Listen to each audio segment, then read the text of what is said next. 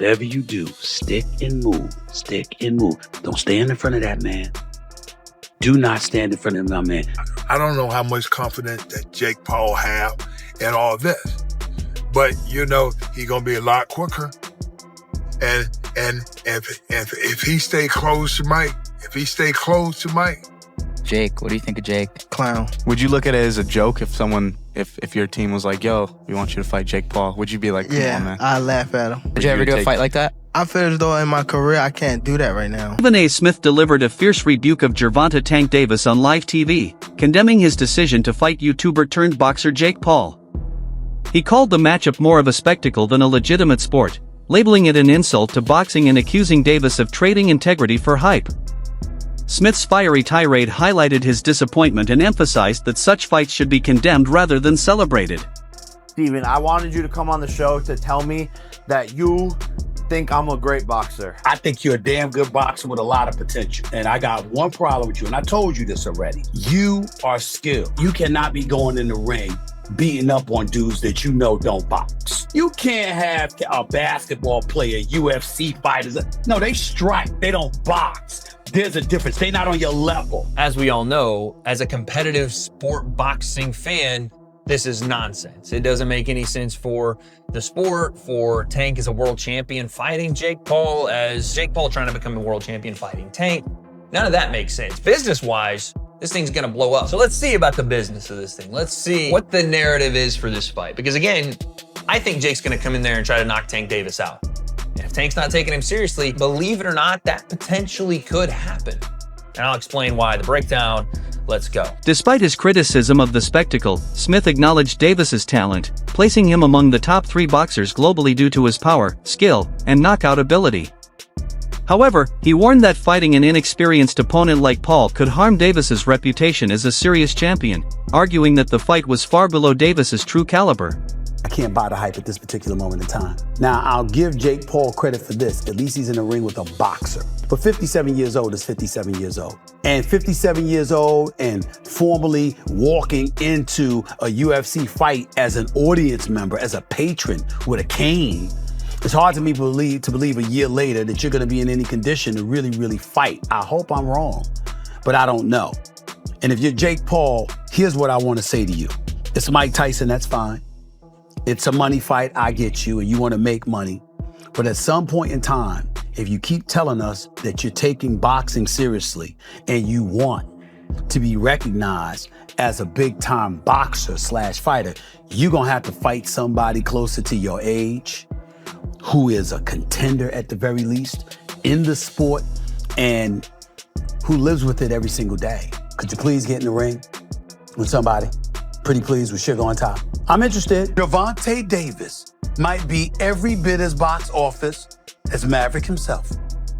As exciting, as electric, because this dude performs every time out, y'all. Wherever Davis goes, wherever he fights, fans justifiably follow. He's that special. And Davis is without a doubt one of the top 5 pound-for-pound fighters in the world right now. Don't you even doubt it. Smith voiced strong disapproval of other mismatched exhibition bouts, including Jake Paul versus Mike Tyson, expressing sadness and disgust at such showdowns. He emphasized that fighters should step into the ring with legitimate competition rather than celebrities or past their prime athletes, stressing that credibility in boxing is built through meaningful matchups. The world to recognize. This is one of the top 5 fighters on the planet. He might be top 3. Yeah. You can make a legitimate argument for him being 3, 1, or whatever. Frank Martin, props to him, came into the fight 18-0, 12 knockouts. Clearly did not have the power to keep Gervonta Davis from stalking him from opening tap. That's what he did. He stalked him and stalked him and stalked him, okay? Frank Martin caught him with some good shots. Gervonta Davis kept coming.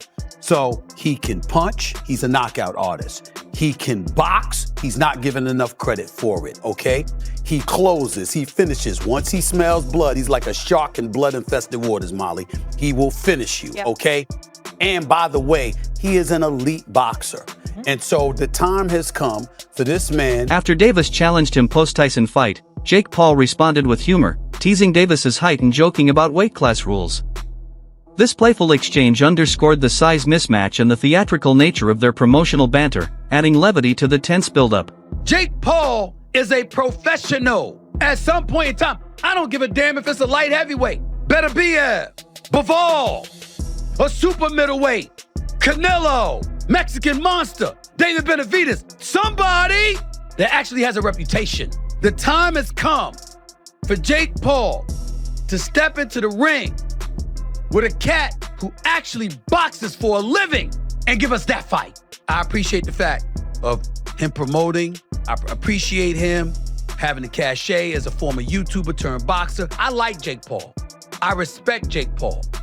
I'm just saying, because I like him and because I respect him, I want to see him in the ring. And I don't want to hear, I know his numbers are better, but then he gonna say, I don't need Canelo, Canelo needs me. Well, wait a minute. It ain't just about popularity, bruh. Rolly Romero highlighted the popularity of the Paul Davis exhibition, especially among younger U.S. viewers. He argued that while Canelo vs. Crawford appeals to Latin American fans, the Paul Davis fight has a broader appeal in America's youth demographic, making it a significant draw for boxing's overall growth. Right. Jake Paul responds to Gervonta Tank Davis call out and absolutely takes the moment and the opportunity to clown Gervonta Tank Davis's height in the sport of boxing. And he says here, is there a height limit in the sport of boxing? This is where Jake Paul says, and his team, Gervonta Tank Davis needs me.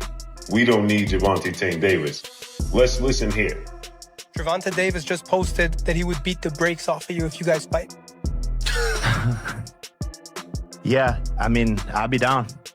Let's run it. Like, I'll be super, super down. I don't know if Gervonta needs Jake Paul. Let's be clear, right?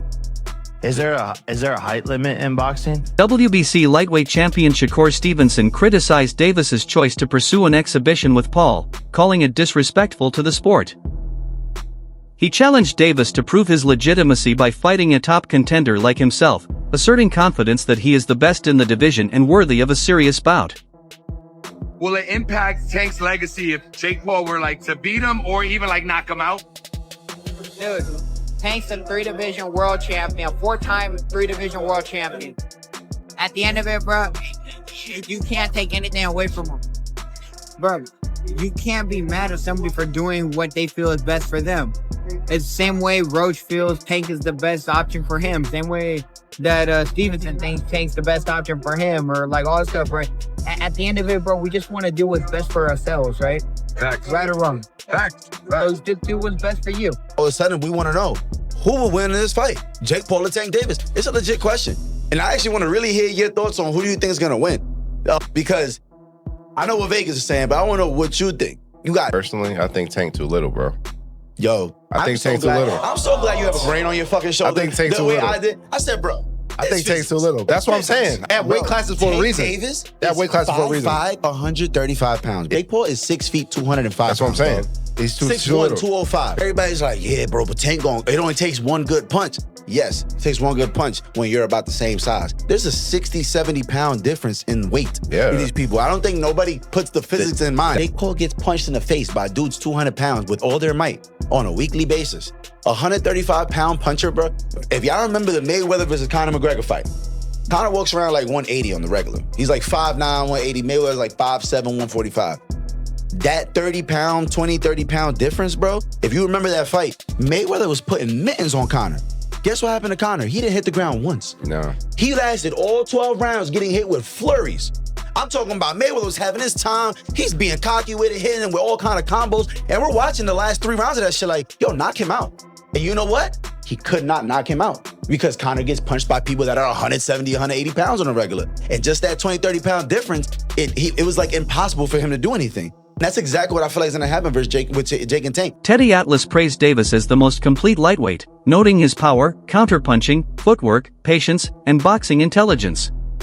He believes Davis possesses the technical tools necessary to defeat a defensively skilled opponent like Jake Paul, emphasizing that Davis excels across all facets of boxing. Paul didn't say you got your eye on Tank. What do you think about the rumors of Tank and Jake fighting? Man, Tank disrespectful to the sport. if he choose that over fighting with me. I'm the best fighter in the sport. I've been telling him that. And he called cap on it. So if you gonna call cap and say I'm not who I say I am, come prove it. You know, he fighting pay-per-view, knocking these dudes out. That don't take away the fact that I can beat this dude. That dude get to feeling himself and feeling like he's something that he's not. And to the world, he look like a killer, but I can't wait. I'm gonna expose him. I'm gonna expose him. I promise you, I'm gonna expose him. Watch. I'm gonna be the person that exposes him. I'm gonna be the person that he going there, he not gonna knock out. He not gonna hurt. He gotta go 12 rounds with somebody and somebody gonna be beating him. He ain't gonna like that shit. That shit gonna mess with his heart. That shit gonna fuck with his head. Watch. The Toe to Toe podcast analyzed the controversy, noting that no real boxer would refuse such a mismatch due to the financial incentives. Analysts Gary Logan and David Adelia discussed how money and exposure often overshadow legacy and competition, turning high-profile fights into entertainment spectacles rather than true sporting contests. Daymore described it as an inevitable crossover driven more by profit than merit. Who do you want to see? You, as a guy that's in his trainer, that's like a father figure to him, you're training him all the time, you know him, both y'all from the streets of Baltimore the whole bit. Who do you want to see Tank fight? I want him to get all of them that ran their mouth. Give me the names. I need names, Calvin. I need names. You already know. We went down to, we working on the big four. It was Garcia. That's the first one. Roma, I hope we get him soon. Shakur, he's going to get it. He know he's going to get it. It's just Bob is in charge of that. You know what I'm saying? Bob know what he's doing over there. You can't tell Bob how to run his game because he's like a vet at this. He's been doing it for so many years. That's going to happen. All the fights that we'll want, they have no choice. They're going to take the fight when it's time to take the fight. It's just right now, who's going to take the fight? That's the question. Eddie Chambers issued a stern warning to Jake Paul, emphasizing that facing Davis would be a vastly different challenge. He highlighted Davis's speed, power, and ring IQ, warning that Paul's previous opponents, mostly aging or inexperienced, do not prepare him for the ferocity Davis brings. Critics argue that the fight is more of a sideshow than a legitimate contest, driven by greed rather than merit, condemning it as a step backward for boxing.